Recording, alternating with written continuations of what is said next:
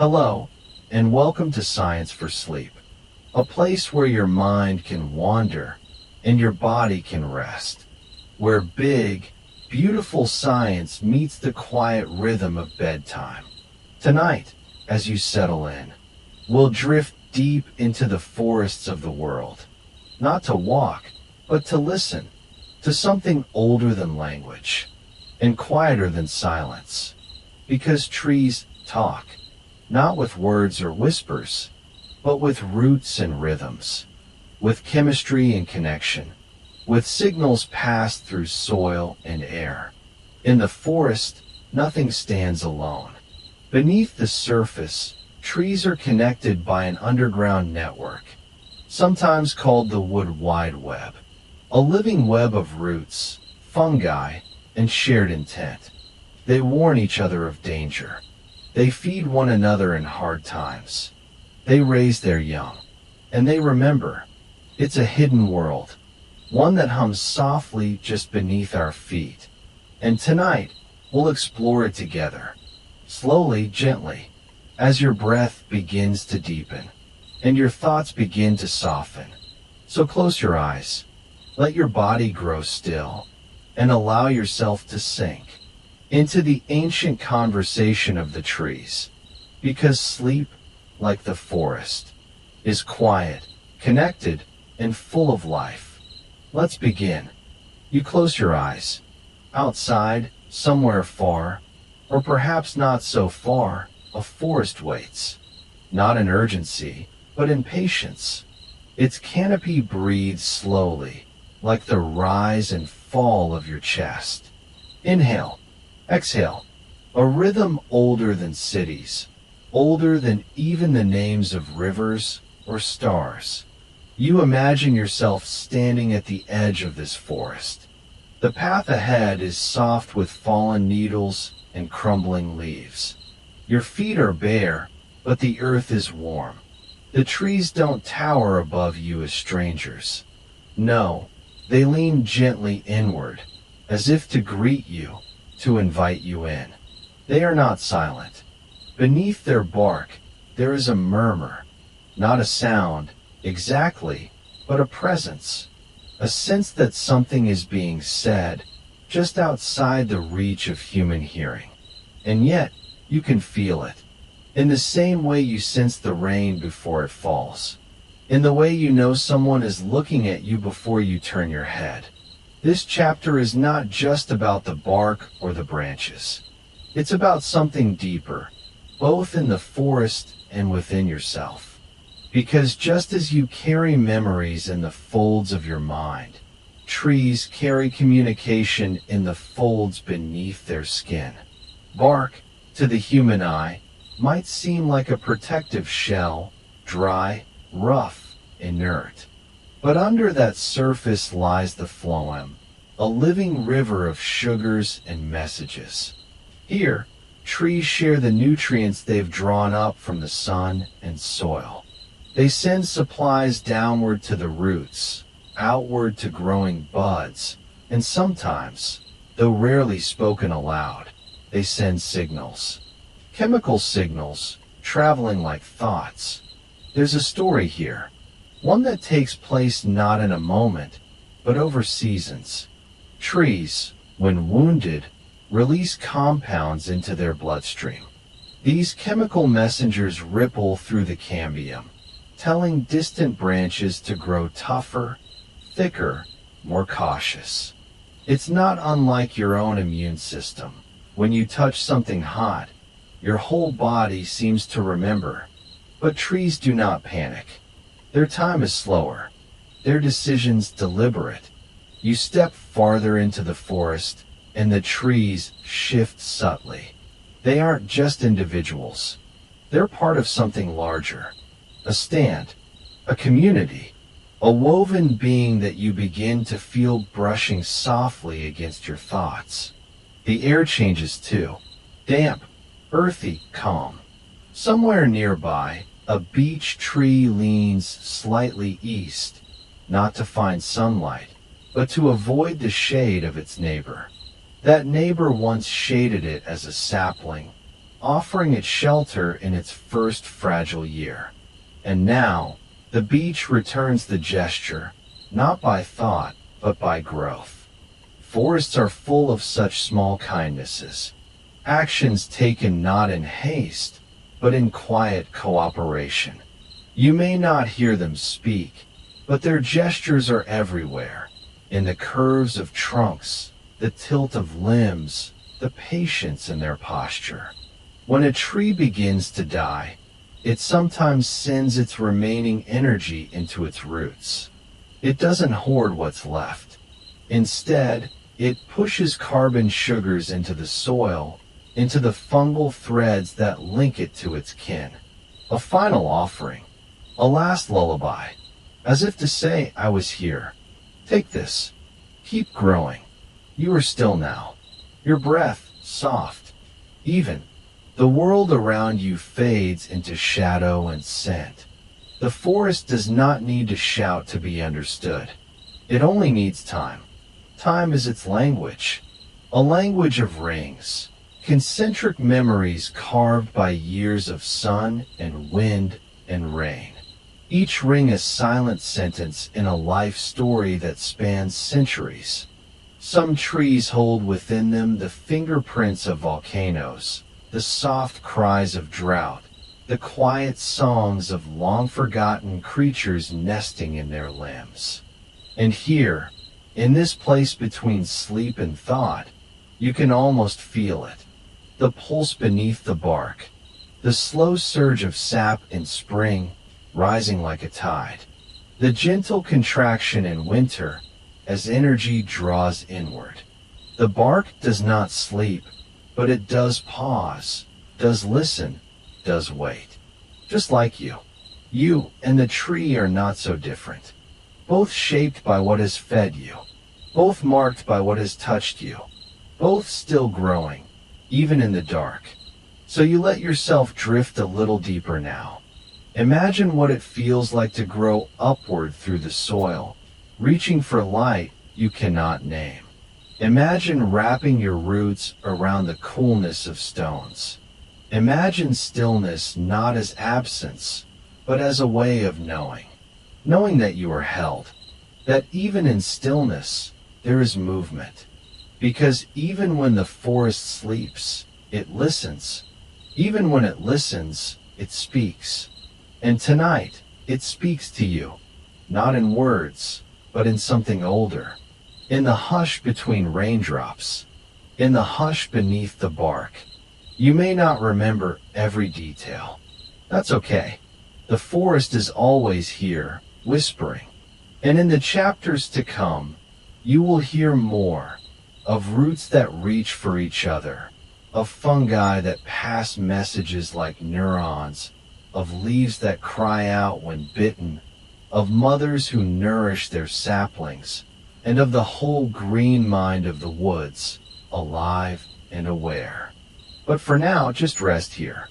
Feel the weight of moss underfoot, the sigh of wind above, the hum of a story beginning, slow and sure and deep. The bark is not silent. The forest is not still. And sleep, like roots, is just another way of listening. Chapter 2. Mycorrhizal Highways. The fungal web beneath your feet. You are still.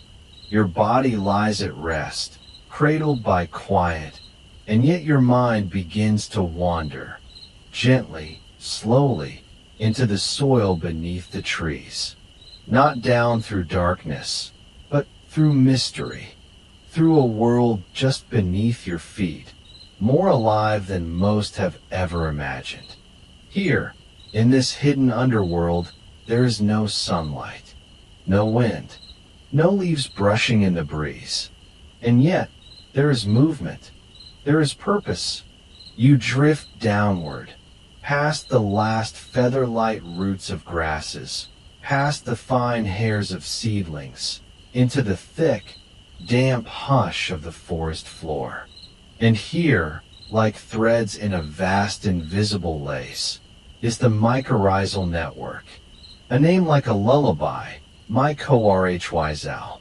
These are fungi, Not the kind you see growing on old logs or blooming after rain. These are filaments, microscopic and ancient, weaving their way through the soil in all directions.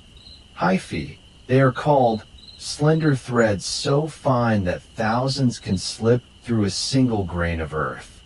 Together, they form the mycelium, the secret internet of the forest. This is not fantasy. This is fact. Trees are not alone. Their roots are not the end of their reach. They extend themselves into the mycelial web, fusing with fungi in a partnership older than speech. The tree offers the fungus sugars, drawn from light above, a gift, and in return, the fungus gives the tree minerals, water, nitrogen, even protection from disease. This alliance is not a transaction. It is a relationship, symbiotic, ongoing, alive, and the web stretches further than any single tree can see. Imagine walking through a forest. You pass beneath a cedar. A few steps later, a pine, and then a birch. To your eyes, they are separate, but beneath your feet, their roots and their fungal partners are joined. They are speaking, not in words or whispers, but in nutrients, in stress chemicals, in tiny electrical pulses. A tree under attack by beetles can send a signal through the mycorrhizal network.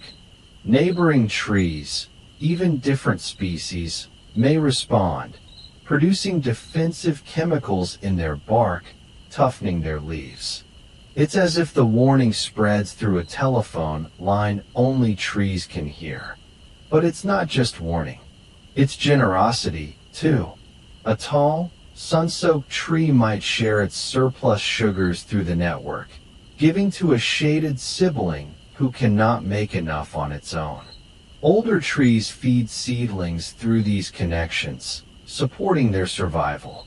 Even dying trees, when their own roots falter, push their final energy into the web. You might think of it like a circulatory system, or a forest-wide nervous system, or a whispering network of care. Close your eyes again and imagine being part of it. Not above it, not observing, but within it. You are a tree now. Your roots reach outward and downward, and you are not alone. Around you, beneath you, with you, hyphae stretch in all directions, forming bridges between you and your kin. Messages pulse through the soil like soft echoes in the dark. And you are connected. You are informed. You are not separate. Every signal that enters the web must pass through fungi. And fungi are not passive messengers. They may enhance the signal. They may slow it down. They may even block it entirely. Like neurons choosing which messages to send, the fungi hold power. They are the gatekeepers of the underground. Even now, scientists do not fully understand all that happens in this hidden world. But they know this. Forests that retain their fungal networks are stronger, more resilient, more alive. Clear-cut a forest and the network dies. Plant new trees without it, and they grow, but not the same. The web must be rebuilt, delicately, slowly, from spore to strand. Above ground, it's easy to believe trees are individuals, that their only work is to grow upward, to compete for sun. But here, beneath the bark and soil, you see the truth. They do not live alone. They live in community. They are part of something vast and intricate, woven not just by roots and rings, but by fungi that stitch them together in silence. And you, listening now, breathing slowly, you are part of it too. Because when you walk through the forest, you press your weight upon this web. When you breathe in the scent of pine and damp leaves, you are breathing in the breath of a living system. You are stepping not on ground, but on memory, communication, and connection. And the web stretches on, across continents, through old-growth groves and urban parks. It waits beneath pavement, beneath cabins, beneath trails where no one walks. It remembers where the trees were. It reaches for where they may grow again. Let your thoughts drift along the fungal threads now. They move with care, like a gentle hand brushing your shoulder in sleep. Some threads carry water to thirsty roots. Others carry warnings of drought, or infestation, or change. Still others ferry comfort, carbon, nitrogen, love. Yes, love. What else would you call it? When a dying tree sends the last of its life into a neighbor's roots. What else would you call it? When a mother tree, long past her prime, keeps feeding her saplings in the dark. The forest does not love the way humans do, but it does sustain, protect, respond. It does remember. And so you rest now, knowing this. Beneath every footstep in the woods, there is a world of motion, a slow symphony of signals, threads, and trust. Tonight, let your mind rest there, in the quiet hush of soil, in the silver threads of the mycelium, in the space between tree and tree, where language is made of sugar, of time, of care. And as your breath softens and your thoughts begin to blur, the web carries this moment into the deep, into the dark, into the shared dream of the forest. This is not the end of the story. In the next chapter, we'll rise from the roots and follow the wind, where leaves send messages of danger on the breeze, and trees hear what we cannot see. But for now, be still. The forest is listening. Chapter 3, When Leaves Speak to the Wind. The forest breathes again. You feel it in your chest, rising gently with the rhythm of the trees. A breeze stirs the canopy above, rustling the leaves in waves, soft as whispers passing from one crown to another. But tonight, the rustling is not just noise. It's a conversation, a dialogue spoken in molecules and scent, in invisible signals drifting on the wind. You lie still now, wrapped in the hush of sleep's embrace. Yet your mind drifts upward, rising from the quiet web of roots and fungi, moving through the sturdy bark, past the xylem and phloem, until you reach the outermost fingertips of the tree, the leaves. Each leaf, a green solar panel. But more than that, a listening ear, a chemical lab, a voice. And tonight, they are speaking. When a caterpillar takes its first bite of a leaf, the tree feels it. Not like you might feel a pinprick, but in a deeper, slower way. The wound triggers a release of molecules. Inside the leaf, biochemical messengers awaken, flowing from cell to cell, spreading through the tree's tissues like a quiet alarm. These are jasminates, hormonal signals that prepare the tree for defense. The leaf doesn't scream, but it does respond. It stiffens. It produces bitter-tasting compounds to discourage further bites. Sometimes, it even releases volatile organic compounds, since too faint for humans, but perfectly tuned for other plants nearby. And so, the tree speaks. Not in language, not in words, but in warning. The wind carries this signal through the forest. Neighboring trees receive the message, and like old friends nodding in silent agreement, they respond. Their own leaves begin to change, just slightly, just enough. Tougher, sharper, ready. This is not panic. This is preparation. You breathe in, slowly. You didn't know trees could do this, did you? But they do. every season, every day, in places you've walked without noticing. You may have stood beneath such a tree while it braced itself, while its leaves sang silently to its kin, and you would never know, unless you listen with more than ears. This kind of communication is called plant signaling, not imagination, not metaphor, real, measurable biology. Scientists have traced it.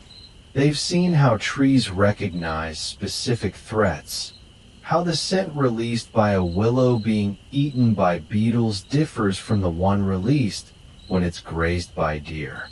They've watched as nearby trees adjust their defenses accordingly, as if understanding not only that danger is coming, but what kind. It's not a mind exactly, but it is intelligence, one shaped by time, rooted in place, tuned to the rhythms of light and breath. Leaves don't just receive, they also emit, like skin secreting sweat or mouths exhaling sighs. Leaves breathe out information. Sometimes they call for help. When a maple tree is attacked by pests, it may release a scent designed not to warn other trees, but to attract the predators of its attackers. Tiny wasps that lay their eggs inside caterpillars. Nature's balance, held in scent. Imagine that, calling the air to fight for you. And yet, the forest remains calm. There is no frenzy, no chaos, no struggle in the way we imagine it. There is only quiet knowing. A leaf fluttering in the breeze. A tree tilting just slightly more toward the sun. A scent released. A message sent. You drift now, as if you yourself are a leaf. Light, weightless, held aloft by the gentle fingers of a summer wind. From up here, you can see the canopy as one organism. Not 100 trees, but a single green body. Branches brushing, leaves touching, shadows dancing in unison. You can hear the hush of respiration. The trees exhaling oxygen, drawing in carbon dioxide. Their breath becomes yours. Your breath becomes theirs. And in that shared rhythm, communication continues. Long before humans invented language, forests were already speaking. In chemicals, in color, in scent, in the timing of flowers, in the turn of leaves, in the slow burn of autumn. You realize now, silence in the forest is never empty. It is full of signals, full of subtle truths. You wonder, have the trees ever sensed you? When you walked past with your own thoughts heavy on your mind, did a leaf brush your skin on purpose? Did it note your presence, your warmth, your weight? Some scientists believe plants can recognize touch, not just pressure, but intention. A vine curling toward the support it knows will hold. A flower tilting toward the gardener who waters it. Perhaps we are known more deeply than we realize. Perhaps the forest does not speak our language because it has never needed to. It speaks its own. And you, tonight, are learning to listen. Let your thoughts grow soft now. Let the idea of a leaf linger. One leaf among thousands. Yet with it, the tree breathes. With it, the tree defends. With it, the tree speaks. Tomorrow, we'll travel further. We'll follow the journey of water as it rises through the tree's veins, from roots to crown, defying gravity in slow, steady ascent. But for now, rest in this gentle knowing. The forest is not quiet. It simply speaks in a different tongue, a tongue made of wind and scent and trust. Sleep gently now. The leaves are listening. Chapter 4. The Secret Climb. How Water Defies Gravity in Trees. You rest now beneath a canopy of dreaming leaves. Your breath is soft, your limbs still, your mind open and slow. Tonight, We follow a quiet journey, upward, from the roots, through the trunk, to the highest leaves where light and sky meet. It's a journey of water, a story of ascent, a quiet miracle happening every day in forests, fields, and gardens, so silently that most never stop to wonder. How does water rise in trees? Not just a little way, but upwards of 100 feet, sometimes more. There is no pump, no muscles, no heartbeat to push it, and yet, drop by drop, water climbs. To understand this, we begin in the roots, down in the dark, where soil holds the memory of last night's rain. Your tree extends its root hairs. These delicate threads, so fine, you could fit hundreds across the width of a single human hair, reach into the soil's tiny pockets, searching. Here, they find water, not in rivers or pools, but clinging to grains of earth, just enough to quench thirst. The root hairs pull this water inward, and it begins the slow journey upward. Through the xylem, the tree's water highway. Think of the xylem as a series of tiny, hollow straws made of cells, stacked one atop another, stretching from root to leaf. And now the magic begins. The water doesn't climb because of pressure. It climbs because of pull. From the top of the tree, the leaves call it upward. Each time a leaf opens its stomata, tiny pores on its surface, it releases a bit of water vapor into the air. This is transpiration. As vapor escapes, it creates a gentle vacuum in the leaf, drawing up the water below it. One molecule pulls on the next, and then the next, like pearls on a necklace being drawn upward by the lightest hand. But what holds the chain together? Cohesion. Water molecules love each other. They cling, like friends holding hands. This property allows water to form droplets, to bead on windows, to flow in rivers. And in trees, it allows them to pull each other up, molecule by molecule, through the xylem, from root to crown. You lie still, imagining this delicate climb. Each drop pulled not by force, but by relationship. Water doesn't climb alone. It climbs because it is connected, because it belongs.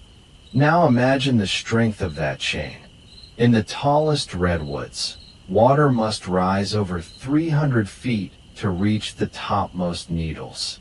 And it does, every day, silently, without a sound. No pump, no pressure, just physics and connection, just a forest at work. You might think of this like a string of dancers, each one lifting the next, so the movement flows upward in a graceful spiral.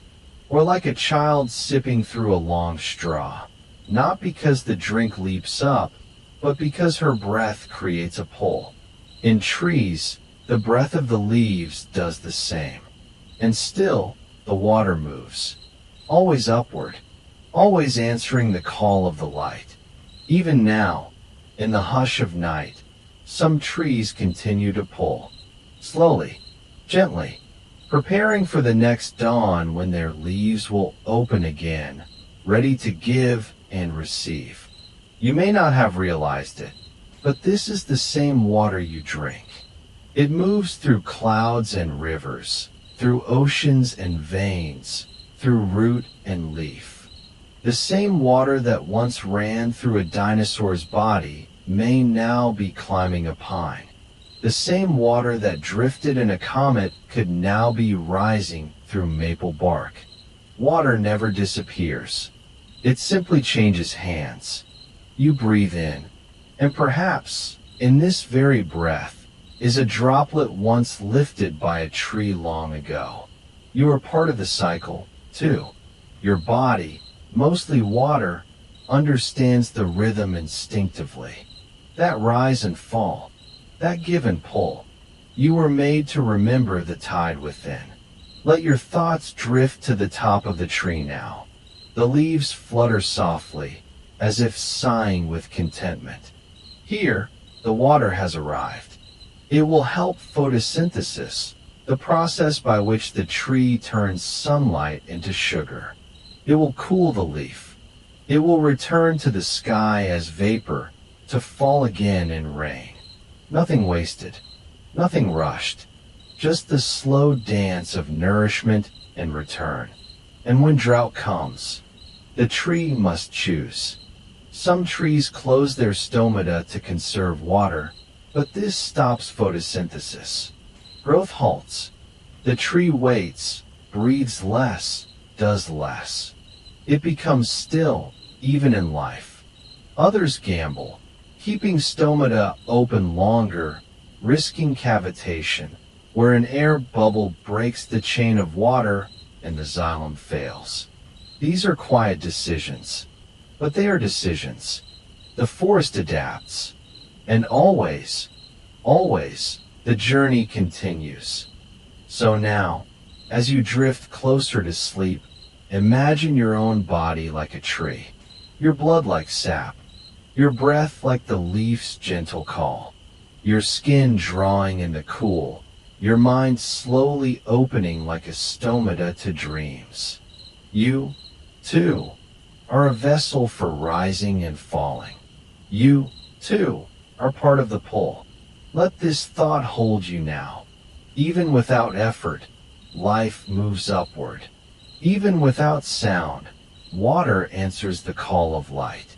In the next chapter, we will linger in the canopy, where trees touch the stars and reach into the sky's chemistry. But for now, sleep in the rhythm of the climb. Sleep in the strength of cohesion. Sleep in the secret journey of water. Chapter 5. The canopy's crown, where trees meet the sky. Above you now, there is no ceiling. Only green. Only light. You've followed the water up the trunk, past the rings of age and memory, beyond the whispering leaves, and now you've arrived. At the highest point, the canopy. This is the tree's crown. Its crown, not made of gold or jewels, but of chlorophyll and sunshine. A place where science and serenity meet. A living roof that shelters all below. From here, the view is vast. You can see the forest stretching endlessly, an emerald sea that rises and dips in waves. Each treetop gently shifting in the breeze, their shadows swaying on the floor below. The canopy is not just a top layer. It is an ecosystem all its own, a secret world perched on the edge of sky. And tonight, we are here. You rest now, not on the ground, but among the branches. The air is cooler, touched with wind and cloud. The light is softer, filtered through layers of leaves like sunlight through lace. Up here, birds nest. Insects buzz. Some animals live their whole lives without ever touching the forest floor. This high up, the tree greets the sky, and with it, the sun. Each leaf is a tiny solar panel, catching photons, the smallest packets of light, converting them into sugar, fuel for life. This is photosynthesis, the process so vital that without it, your breath would falter. The tree takes in carbon dioxide from the air, mixes it with water drawn up from the roots, and powered by sunlight, transforms it. Out comes oxygen, the air you now breathe in, slowly, calmly, as you lie adrift in this leafy ocean. Photosynthesis is silent, but profound. It is the reason the air tastes clean in forests. It is why you feel refreshed after a walk among trees. And yet, it happens without drama, without sound. The most important reactions in the world occur in stillness. You breathe in and out, each breath a gift from this green world. But the canopy doesn't only offer oxygen. It filters the sunlight. It traps rain. It holds heat. It creates microclimates for life that would not survive below. In tropical forests, the canopy is so dense that only 2% of the sunlight reaches the forest floor. That means what you're resting in now, this airy roof, is also a shield, a guardian. It keeps the forest moist, keeps the soil from drying, shelters seedlings growing below. Up here, trees also share the sky's chemistry. They absorb more than carbon dioxide. Some pull in nitrogen from lightning-charged rainfall. Some release aerosols, tiny particles that rise into the atmosphere and help clouds form. Yes, trees help shape clouds. Imagine that. The tree, rooted to the ground, can still touch the heavens. Its breath, carried by the wind, seeds raindrops. Rain that may fall miles away. Rain that feeds rivers, that grows crops, that fills lakes. A forest may seem still, but its influence travels across continents. And when trees gather in great numbers, their canopy becomes not just a layer, but a network. One that regulates temperature, traps carbon, reflects sunlight, even changes wind patterns. The Amazon rainforest, for example, generates its own weather. In your quiet moment, that fact feels holy. You rest among beings that make rain. You breathe among makers of air. You drift in a living architecture that sculpts the very sky. And what's more, it sings. Not in notes or melody, but in light. At dawn, leaves angle themselves to catch the first rays. By noon, some turn slightly, avoiding harsh glare. By dusk, they settle again, closing stomata, slowing. This quiet choreography is called heliotropism, sun following. Some flowers do it dramatically, like sunflowers tracing the arc of the day. But trees do it subtly. Their leaves shift, open, breathe, and close. It's a dance with the sun, a rhythm you are part of, because you too are guided by light. Your sleep cycle, your energy, your mood, all influenced by the sun above. You wake when it rises. You grow tired when it falls. The canopy knows this, and it has known it for eons. You may feel far from trees in your everyday life, but you are never far from their influence. Every breath you take, every glass of water, every meal, has touched a tree or its skyward crown.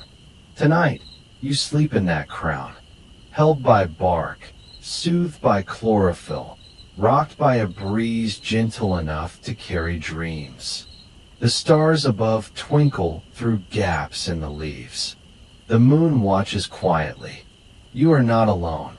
You're resting where the earth meets the sky, where the past meets the future, where a tree, without moving, reaches into space. Next time, we'll descend, not downward, but inward, to explore the rings inside a tree's trunk, where time is kept and stories are recorded in wood. But for now, let your thoughts float in this airy green. Let the canopy hold you. Let the sky sing through your bones. Sleep gently, crown touched and sun kissed. You are part of something vast, and it is holding you, leaf by leaf. Chapter 6. The Rings Remember. How Trees Tell Time Without a Clock. You're drifting inward now, back down from the sunlit canopy, through quiet layers of green, past branches that have held birds, blossoms, and breeze. You float slowly, as if on a feather's descent, landing softly inside the heart of the tree, its trunk, a strong spine, a living memory. Here, within the quiet wood, time doesn't tick. It grows. Each year, the tree adds a layer to its body, a circle of life wrapped around the last. And these are the rings, gentle echoes of seasons past, whispering stories that only stillness can hear. You've seen them before, a stump's cross-section with rings of dark and light. But tonight, you see them differently, not as decoration, but as a diary. Each ring, a year. Each line, a lesson. You rest here now, in a room made of memory. Let us look closer. In spring, when water is plentiful and sunlight returns, the tree grows quickly. It produces light, wide cells, soft and open, ready to drink in nourishment. This is the wood, pale and porous, like a deep breath taken after a long sleep. Then comes summer. The growth slows. The tree produces denser, darker cells, tighter and tougher, to strengthen itself for what's ahead. This is the late wood, firm, protective, like a steady exhale. Together, these layers form one complete ring, spring's hope and summer's resolve. Year after year, the tree repeats this cycle, layering experience over experience, like a meditation on time. Some years, the rings are thick, abundant rainfall, warm temperatures, a happy season. Other years, the rings are thin, a drought, a cold spell, a fire, or stress.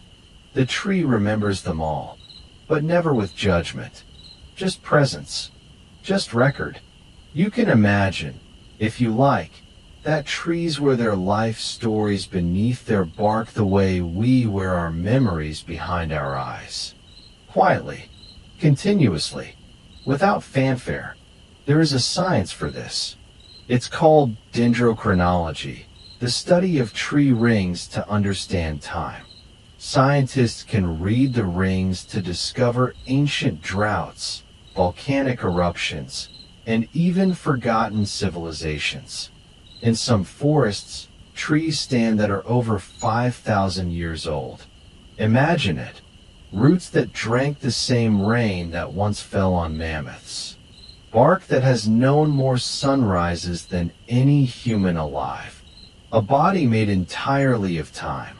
You too carry time, not in rings, but in cells, in scars, in muscle memory. Your bones remember what your mind has forgotten. Your breath, like the trees, slows when winter comes and quickens with spring. You are not so different. Back inside the trunk, the rings hold another secret. They help the tree stand. They aren't just memory, they are architecture. The oldest, innermost rings form the heartwood, strong, dense, dark. This is the spine of the tree, the unshakable center. Around it, the newer rings, the sapwood, still carry water, nutrients, and life. One is silent, one is active, but both are essential. Even in your own life, you have parts that move and parts that simply hold. Some days are action, some are stillness. Both are part of the design. And what of the bark, the outermost layer? It's the tree's skin, its shield. Rough or smooth, thick or thin, it protects the inner rings from cold, pests, heat, and harm. It heals over wounds. It bends with growth. It lets the tree stretch without breaking. The bark doesn't show the rings inside, but it protects them as time goes on. Just like you do with your memories. You hold them quietly. You let them shape you, but not define you. Back in the forest now, imagine the rain falling gently on that bark. Each drop a soft reminder. You've come far. You've grown slowly. And every layer of you belongs. As you breathe now, slow and calm, you can almost feel it. Your own rings forming. Tonight, maybe you grow in a different way. Maybe this story adds another gentle line to the inner wood of your being. Nothing you need to remember, but everything shaping who you are. As sleep draws closer, know this: the tree does not rush. It grows in circles. It moves through stillness, and it remembers quietly. Next, we will explore the forest's underworld, where roots touch roots, fungi carry messages, and trees speak not through sound, but through connection. But for now, close your eyes within the rings. Let memory hold you. Let stillness shape you. Let time become soft. You are safe here. You are growing. And even in sleep, your story continues. Chapter 7. Beneath the bark, the secret web below the forest floor. Sink now, deeper than roots. Beneath the still soil, beneath the silence, there is a world more alive than it seems. A hidden network, a slow-breathing web of connection, older than language, older than cities, older than our knowing. Welcome to the underground, where trees whisper, not with sound, not with leaves, but with threads, with chemistry, with patience. You are now lying in the wood wide web. Beneath every forest, beneath every tree, there stretches a vast fungal network, a lacework of life called mycorrhiza. It's a symbiosis, a sacred partnership between fungi and roots. You might imagine a tangled mass, but it's more elegant than that. Thin filaments, finer than a hair, stretch for miles. They weave between roots like veins of thought, like a nervous system for the forest. And through them, trees talk. Yes, talk. One tree sends sugar, a gift of photosynthesis. Another sends warnings, chemical signals if it's under attack. A mother tree, ancient and wise, may send nutrients to her saplings, even after she's lost her leaves. No voice, no wires, just trust and time and threaded light. You might call it communication. The trees call it home. As you rest your body against the imaginary soil tonight, imagine your fingers drifting downward. They pass through layers, leaf litter, humus, damp earth, and finally, they meet something almost invisible, the mycelium, fungi, but not the mushrooms you see above ground. These are the hidden ones, the builders, the couriers, the connectors. They wrap around tree roots and stretch outward, forming bridges from one tree to another. In return for the sugar they receive, they deliver minerals, phosphorus, nitrogen, water. A silent trade, older than money, more balanced than markets. In this quiet economy, generosity is not lost. It's stored and shared.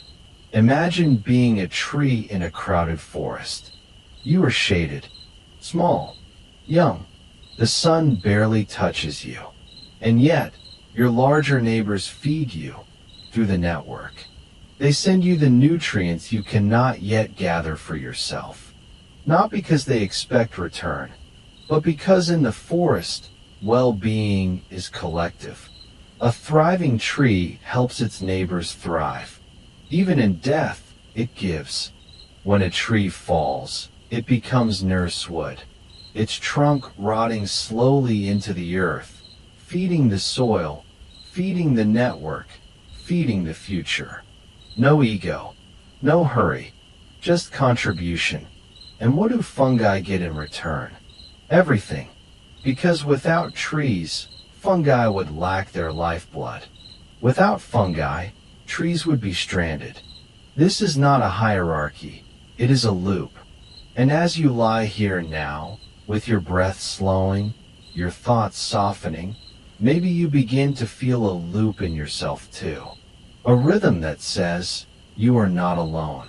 Just as one tree's distress becomes another's concern, your pain, your joy, your hopes ripple outward in ways you cannot always see. Connection is everywhere. In the forest, this web allows survival. In your life, connection allows meaning. The same logic applies. You breathe in what a tree exhales. You drink water once held in a leaf. You eat fruit formed in its crown. And somewhere beneath you, even if you live far from a forest, the traces of this underground web still stretch. Across gardens, beneath sidewalks, in wild places that still remember. Even now, scientists are just beginning to map this hidden world. Some trees seem to act as hubs, receiving and sharing more than others. Some fungal networks stretch across hundreds of acres. Some trees even cut off others, selfish ones or sick ones, when balance breaks. So it's not utopia, but it is communication. It is choice. It is intelligence. Just not the kind that speaks in words. The kind that speaks in carbon and kinship. You can rest now in this thought. There is a world inside the soil, and that world has eyes, ears, intention. It listens when a tree is cut. It cheers when new life takes root. And it remembers paths, old connections, ancient trees now gone. It's not always visible, but it is always there, like your own quiet instincts, like a feeling you can't name, but trust. As you drift towards sleep, let yourself fall deeper into that web. Chapter 8. The Forest Clock. How trees keep time without a watch. Time doesn't only tick. Sometimes it turns. Not in sharp seconds or digital digits, but in the slow arc of seasons, the breath of light and dark, warm and cold. Tonight, you are a tree again. Still, rooted, listening to the clock of nature. And this clock doesn't hang on walls. It blooms. It falls.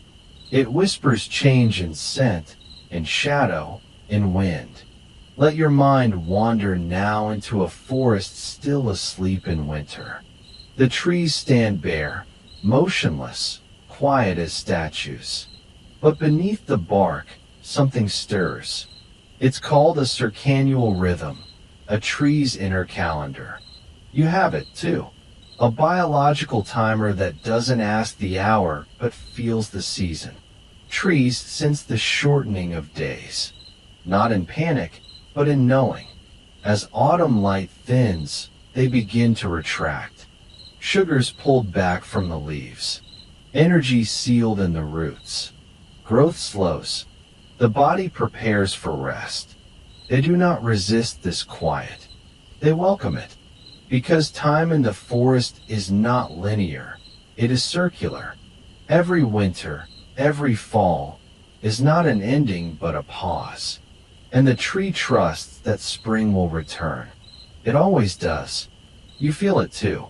You've lived through seasons not marked by calendars, but by emotions, memories, sensations. You've known winters in your heart.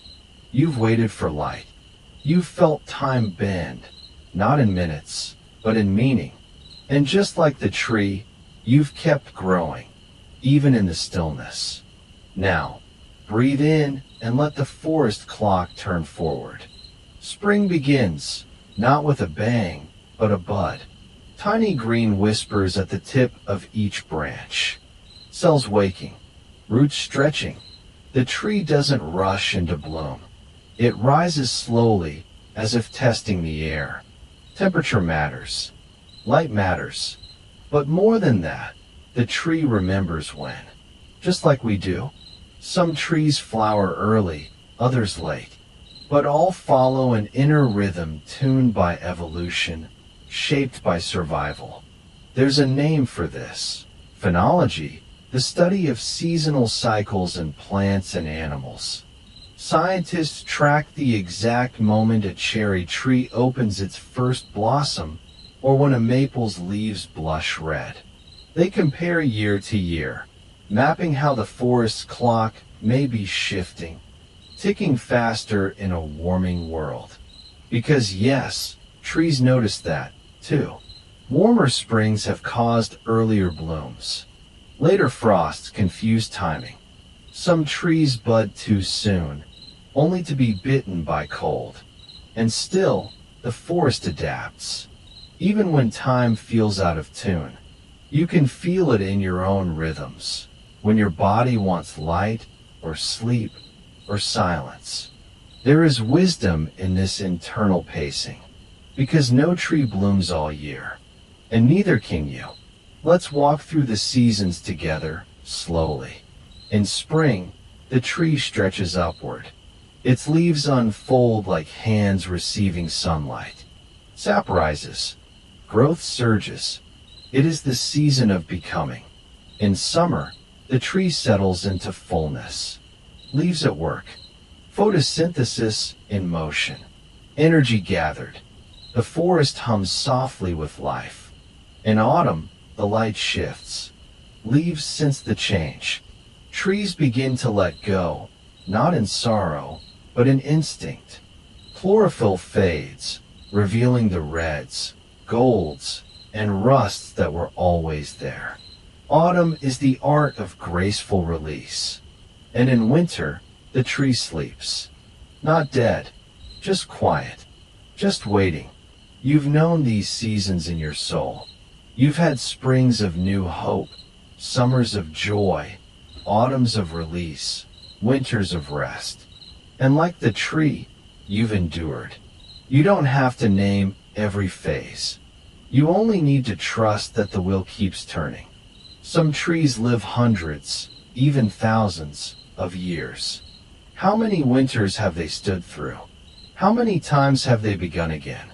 Even now, in the darkness of this imaginary forest, the trees are tracking time, not in anxiety, but in rhythm. Their buds are sealed, their roots are slow, but they are alive with anticipation. And you, quiet here with breath soft and deep, are part of that same rhythm. You don't need to measure hours right now. Just trust that your inner clock knows when to rise, when to pause, when to fall still. As your eyes grow heavy, imagine the forest in full bloom. Then imagine it fading, then bare, then again blooming. A loop, a breath, a gentle ticking without any sound. Tomorrow, we'll rise with the mist and explore how forests shape their own weather, how trees breathe moisture into the sky and rain back down on their roots. But for now, rest in this truth. You are not running out of time. You are moving with it, growing in circles, becoming with every turn. Close your eyes and listen. Tick-tock, drip-drop. The forest clock keeps time, so you don't have to. Chapter 9. The Rainmakers. How trees create their own weather. Close your eyes. Feel the air around you. Not heavy, not dry, just soft, cool.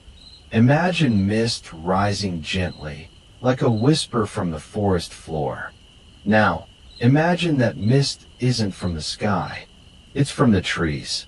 Tonight, your journey takes you upward, into the leaves, into the lungs of the forest. Because trees, as still as they seem, are not just passengers in the weather. They are creators. Forests make rain, not always in clouds and thunder, sometimes in slow breath, in vapor, in unseen cycles of moisture and memory. You are about to drift into the quiet miracle of evapotranspiration. Big word, soft meaning. It's how trees exhale water into the sky. All day, sunlight warms the forest. Trees pull water up from their roots, hundreds of gallons per day, and send it upward into tiny pores in their leaves.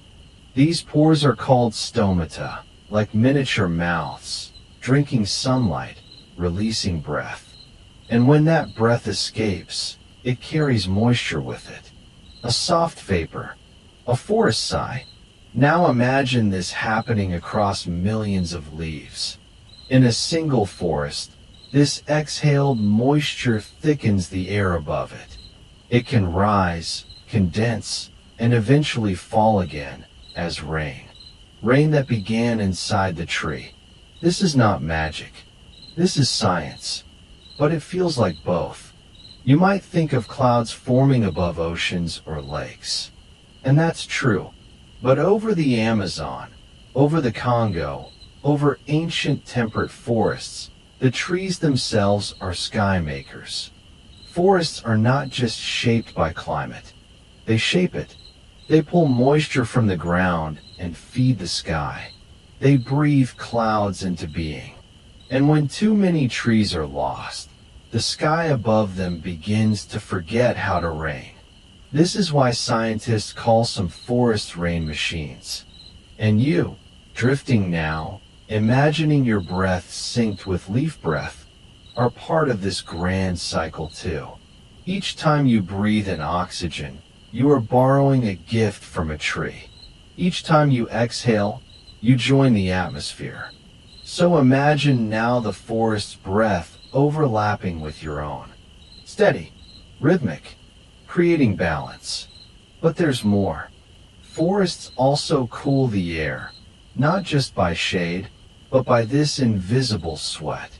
Just as your skin cools with perspiration, a tree cools the forest by releasing water. This latent heat loss keeps the local climate mild, breathable, livable. Walk into a forest on a hot summer day, and you'll feel it. The coolness isn't just shade, it's evaporation. The forest is sweating for you. Now imagine the scale. A rainforest cooling a continent. A boreal forest balancing the seasons. This silent service, performed daily by trees, helps prevent drought, reduces heat, stabilizes weather. And yet, it's so easy to forget. The rain falls, and we thank the sky. But sometimes, we should thank the roots. Because trees don't just absorb water. They recirculate it. They distribute it. They are the lungs and kidneys of the earth. Tonight, let's return to that quiet phrase, evapotranspiration. It sounds complex, but really, it's just the way a tree breathes and sweats, not in discomfort, but in design. It's a process shaped over millions of years, perfectly tuned to its place. Desert plants do it less. Rainforest trees do it constantly. And when trees cluster together, their combined breath feeds the sky. Now let your mind picture this. A satellite image of Earth. You zoom in, not on a city, not on a storm, but on a living forest. You don't see trees. You see vapor rising, tendrils of white moisture curling upward, a slow exhale, a rising veil, and eventually clouds form. Drops gather. Rain begins. A cycle complete. Water drawn from the soil, passed through roots, lifted through the trunk, exhaled into the air, returned in rain. The forest feeding itself. The forest watering the future. Even dead leaves contribute, catching mist, guiding drips to the roots. Even moss helps, sponging up droplets, slowing their fall. Nothing is wasted. Every drop has a purpose. And you, too, are made of that water. Your blood, your brain, your breath. So tonight, as you drift into sleep, know this. You carry the rain. You are shaped by forests you've never seen. You inhale the breath of leaves. And if it ever storms while you sleep, if rain falls on your roof, your window, your dreams, know that somewhere, a tree helped make that possible. Let that thought settle into your bones like cool dew. You are part of this weather. You are part of this cycle. You belong here. Tomorrow, we will journey into the forest's final mystery, how trees remember, how they store wisdom in rings, in genes, in scars, how memory isn't only in minds, but in bark. But for now, let the forest rain wash over you. Let your breath rise like mist. Let sleep fall like drops returning home. Chapter 10, Rings of Memory, How Trees Remember Without a Brain. Memory doesn't always need a mind. Sometimes it lives in wood. Tonight, you drift into one of the forest's quietest truths. Trees remember, not like you do, not in images or words, but in growth, in pattern, in change written into the body. As your breath softens, imagine yourself curled in the hollow of an old oak tree. The bark is rough beneath you. The scent of sap is faint in the air. All around you, the tree holds a past it cannot speak, but never forgets. Let's begin with something simple. A tree grows in circles. Each year, a new ring forms around the old. A thin band in light or dark, wide or narrow, depending on the season. And this is the tree's diary. A journal without ink, without pages, written only by time. Some years, the rings are thick, plenty of rain, warmth, sunlight. Growth surges upward and outward. Other years, the rings tighten. Maybe a drought, maybe fire, maybe cold. The tree endures, but conserves. Scientists call this dendrochronology, the study of tree rings to understand the past. You can read history in wood. Storms, floods, volcanic eruptions, even solar flares, all leave quiet fingerprints in the pattern of a tree's growth. The forest has been watching Earth longer than any book has recorded it, and the trees remember together. Because when a dry year strikes, all trees in a region may show narrow rings. A collective memory, a shared experience. Trees of different species, different ages, all holding the same story inside their trunks. Now breathe slowly. Picture the inside of a giant redwood, centuries old, towering above you. Its center is dark, ancient, formed when your great-great-grandparents were just thoughts in the future. From that central point, ring after ring expands, each one a year, a season, a memory. That redwood may have survived wildfires. It may have watched as bison wandered beneath it. It may have listened, in silence, to the voices of entire civilizations passing by. And yet, it stands. You too carry rings, not in wood, but in experience. You've had wide years of growth, of joy, of abundance, and narrow ones when everything felt tight, slow, hard to reach. But still you grow, still you endure. Like the tree, you do not need to name every year to know you've lived through them. Now let's go deeper, because memory in trees doesn't stop at rings. There is memory in roots, knowing where the richest soil lies, how deep to grow during dry years. There is memory in leaves, knowing when to fall, when to open, when to bloom. There is memory in seeds, tiny packages of instruction passed down through generations. Genes shaped by survival, by fire, by flood. A pine tree in a fire-prone forest may only open its cones after intense heat, as if to say, I remember this. I've been here before. That's epigenetics, not changing the DNA, but changing how it's used based on what's happened before. Even without brains, trees adapt, respond, and remember. And sometimes, their memories last longer than we can imagine. In the high Arctic, scientists found fossilized wood, trees that once grew where today only ice remains.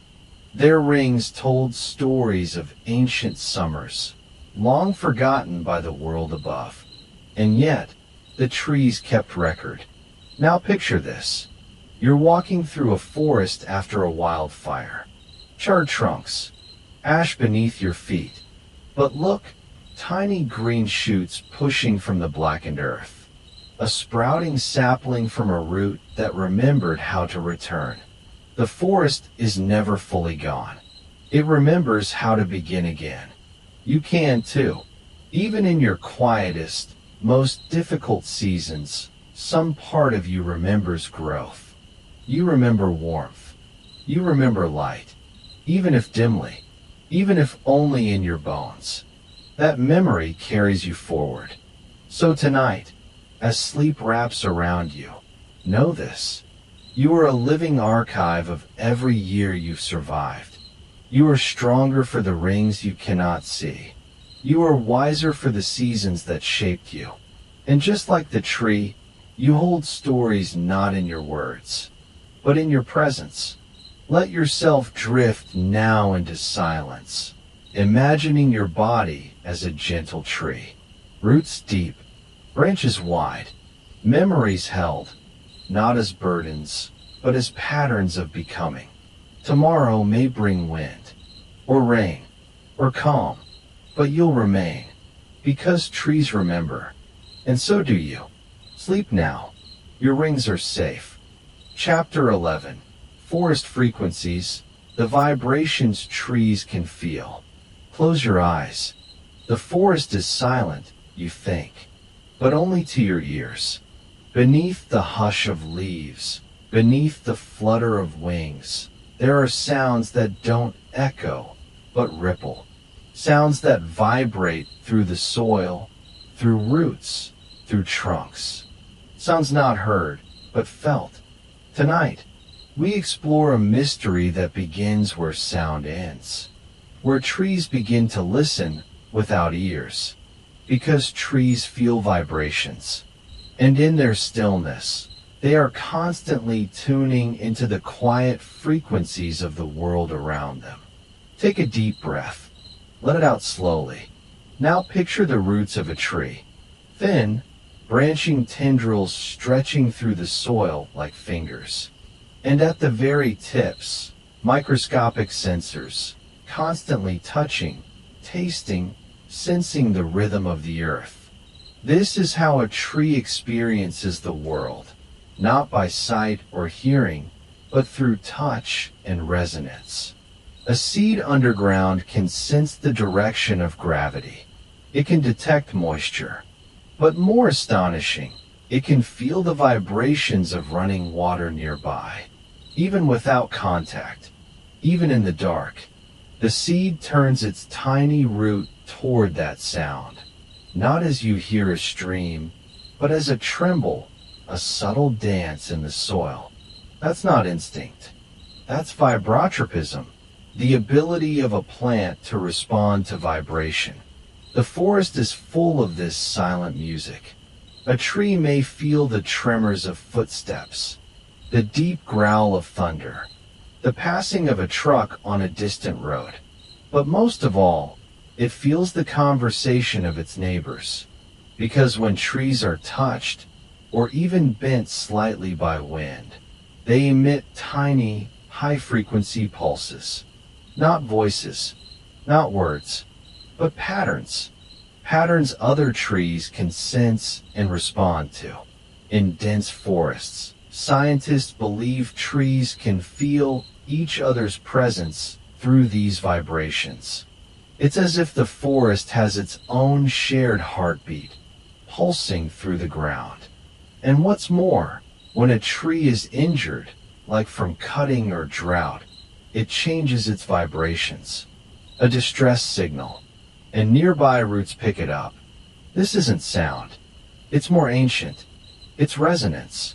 And like a tuning fork, the whole forest gently responds. Now drift deeper. Imagine lying beneath a tall pine, your body against the ground. You close your eyes, and slowly you begin to feel it, not a sound, but a rhythm, a low, soft humming, not from above, but from within the earth. That hum is always there, in forests, in deserts, in cities. Our planet has a natural vibration, called the Earth's fundamental resonance. It's like the background key of a great symphony. And trees, rooted, grounded, open, are the antennas of this planetary song. They sway in wind not just for balance, but because it helps them strengthen. The movement toughens their wood, reinforces their structure. Wind is not the enemy. It's a teacher, the same way struggle teaches you. The forest does not resist every tremble. It absorbs it, learns from it. And now you can too, because your body also responds to vibrations. Your bones hum with music. Your heartbeat syncs with rhythm. Your nerves react to the softest motion.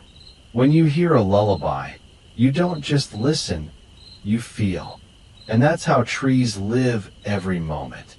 Feeling instead of hearing, sensing instead of speaking, touching the world not with eyes, but with every fiber of their being. Now picture roots overlapping underground, hundreds, thousands, tangling together like a woven net.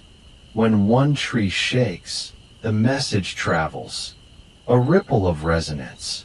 The whole forest becomes a single instrument, quiet but alive, connected, tuned. And so are you. You, too, are a resonant being. You respond to tones, to voices, to the vibrations of the people around you, even when they say nothing. You felt a room shift from a glance. You've known a truth just from presence.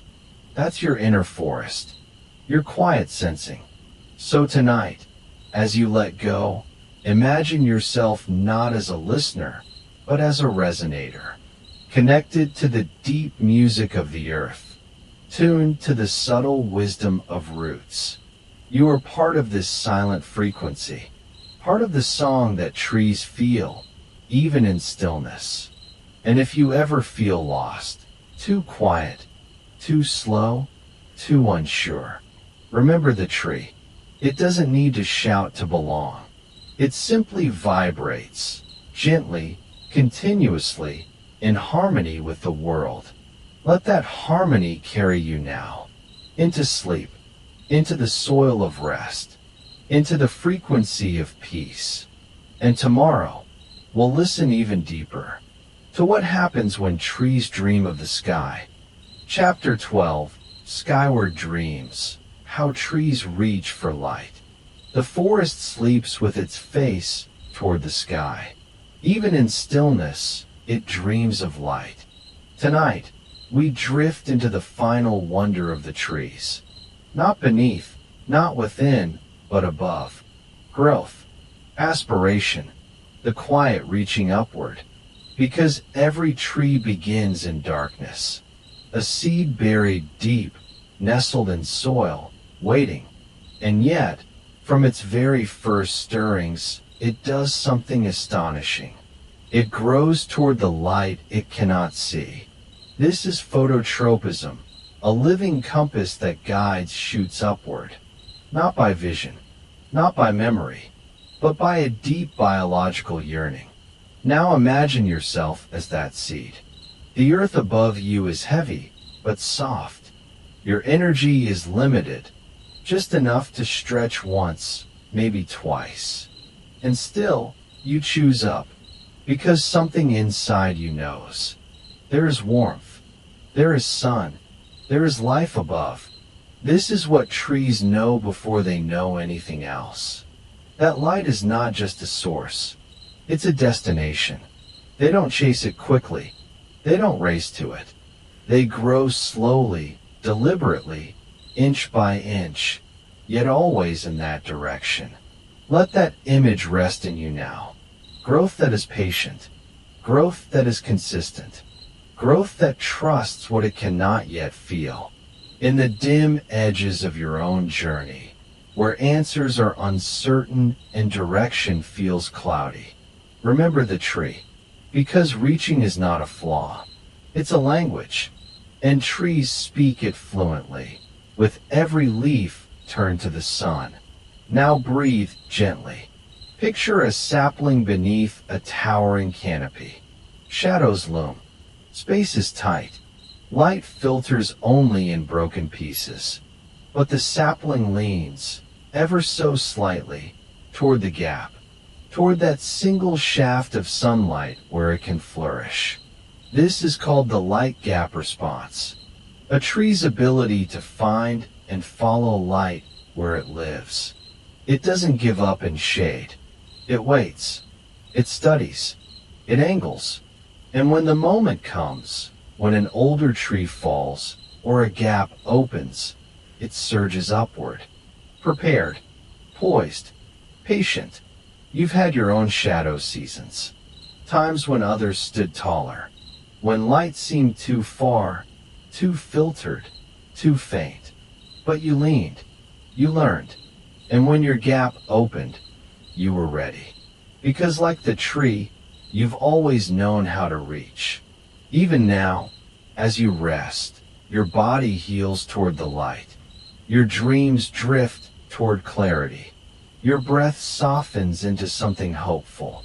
Now float with me a little higher. Picture a forest canopy at dawn. Billions of leaves stretching skyward, flat, open, tuned to the sun's angle. Not randomly, not passively. Trees track the sun, a process called heliotropism. Some young plants literally turn throughout the day, like sunflower heads following the arc of the sky.